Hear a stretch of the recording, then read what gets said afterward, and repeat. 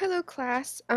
Today for my special topic assignments, I chose to look into nonprofit public relations. And so just to start off, a little bit about nonprofit organizations.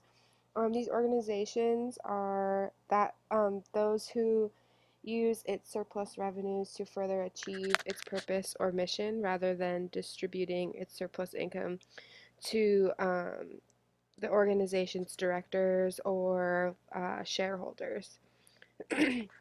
Nonprofits cover a whole range of missions from international development, animal welfare, to museums. They also include healthcare agencies, social welfare organizations, churches, educational institutions, and cultural organizations and foundations. Nonprofit organizations must employ effective professional public relations techniques in order to get the recognition, support, and dollars they need to fulfill their missions.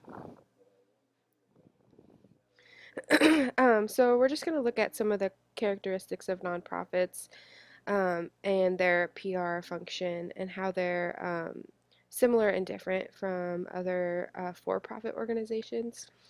Nonprofit organizations face many of the same communications challenges and opportunities as their for-profit counterparts, including competing for a share of voice in a media environment that is cluttered and nonstop. Nonprofits, like other organizations, are trying to raise visibility for their group and succeed in their missions. So, like other organizations, they should employ sound communication programs that bring their message to the masses. So, you might ask how they are different from for profit organizations. The main functions of PR professionals are very similar for both profit and nonprofit organizations. Both require writing and editing, information gathering, public speaking, programming, special event planning, and the like. However, there are a few minor differences between the two that need to be considered. The main thing that is different is that nonprofit profits have a lack of time and resources. Many nonprofit organizations are small operations with few, if any, paid staff. For these organizations, public relations seems a frivolous way to spend time and resources in many ways. The basic operations of the organizations, as dictated by the mission statement, take precedence over public relations sometimes, and the organization's success is measured in quantifiable terms related to service output rather than media coverage. So I've already talked about the scope of different organizations that nonprofits kind of contain.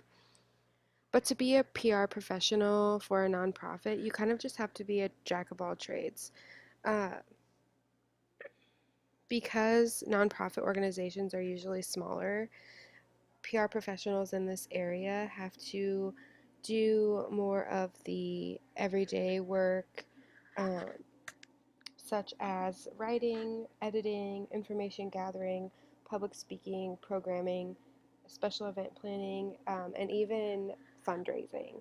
And I think this is a big part of PR that is different from working in the for-profit sector, is that you'll have to do fundraising for the most part, and I'll talk a little bit about that later. But for now, I'll talk about some of the recent developments in the nonprofit PR profession. According to a nonprofit marketing guide, which provides tips and trainings to do-it-yourself nonprofit marketers and communications departments, this nonprofitmarketingguide.com offers a weekly webinar series, is a #1 blog on nonprofit communications, a weekly e-newsletter, has free downloads, and more, all to help nonprofits make a big impression with smart, savvy marketing, communications, and fundraising. This nonprofitmarketingguide.com just put out the 4th annual edition of the Nonprofit Communications Trends Report, which I got a lot of these developments from. Some of these trends, they actually surveyed more than 2,000 nonprofits and came up with some recent developments that you can see in the nonprofit industry today. So some of the goals that people decide to go ahead and do for nonprofits. There was kind of a split between large nonprofits and small nonprofits. Large nonprofits are more likely to prioritize brand awareness and thought leadership than smaller ones. So on the other side of the coin, small nonprofits more likely to prioritize volunteer recruitment and retention than larger ones. And retention just means kind of just retaining a lot of funders or volunteers, just kind of retaining people to look at their mission. As far as challenges go, I kind of talked about this before, but nonprofits a lot of time have a lack of time and money, and a lot of communicators in this area feel overworked. And so that's just kind of some of the challenges that they face. As far as the communication channels that the nonprofit communicators use are e-newsletters, Facebook, and event marketing. And then they say that in-person presentations or that personal feel are most effective. Nonprofits usually have been seen to use print fundraising appeals as well. And so you can see some of the recent developments, some of their communication challenges, and they tend to use email a lot to communicate with funders or with their audience. And then I thought it was really interesting. They had a whole section on social media in the report. Uh, According to the study, most important social media for nonprofits include Facebook, which I definitely I see. And then nonprofits are most likely to experiment with Instagram and Pinterest rather than YouTube and LinkedIn. And I thought those were just some interesting facts to go along with some of those recent developments. So for my special topic, I looked up a case study um, that talked about how DoSomething.org and Sprint came together to help end texting and driving with the Two Thumbs Up campaign. They hoped to inspire 250,000 young adults to discuss the dangers of texting and driving. So this two-part campaign helped DoSomething.org, the nonprofit that helps 13 to 25-year-olds support causes they care about, and its partner Sprint, inspire young adults to discuss the dangers of texting and driving. According to the CMO of DoSomething.org, many distracted driving campaigns use scare tactics.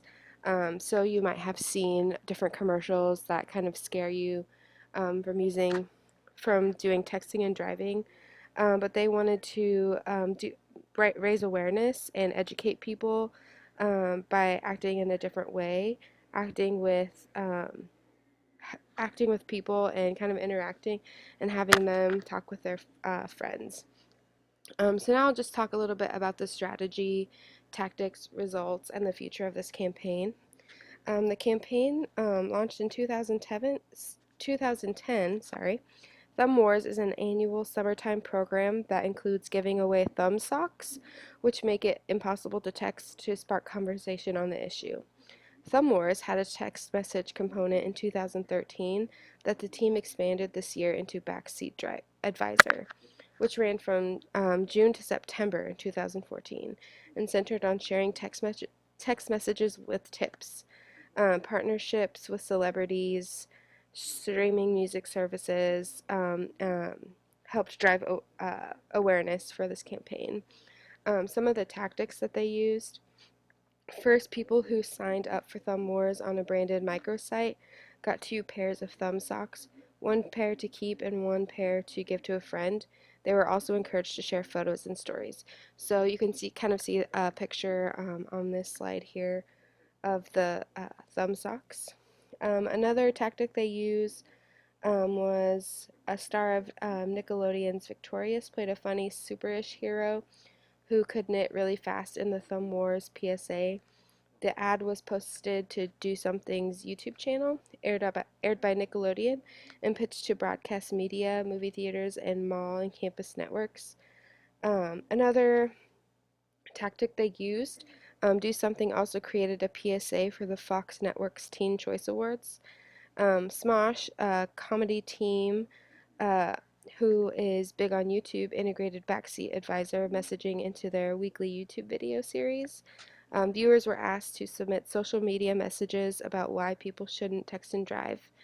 They could also visit the Backseat Advisor microsite and text Smosh for tips, which were provided by Do Something in Sprint.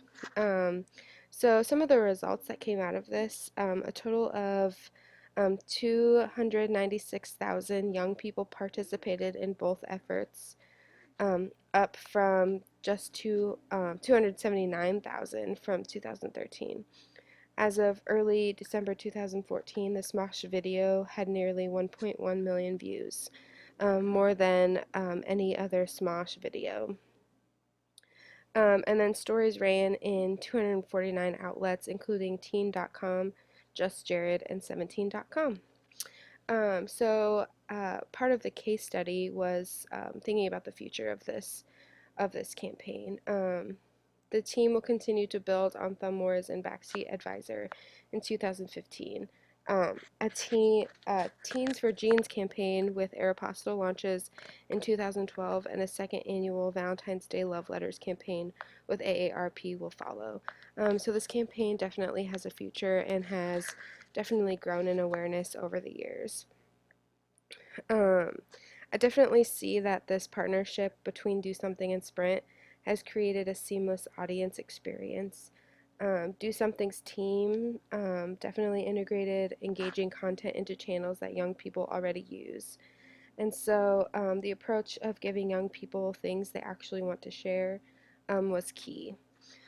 So if you guys have any questions about anything I talked about today, go ahead and let me know in the comments. I'd love to hear from you. And here are some of the sources that I use for this. So like I said, if you have any questions, just let me know. Thank you.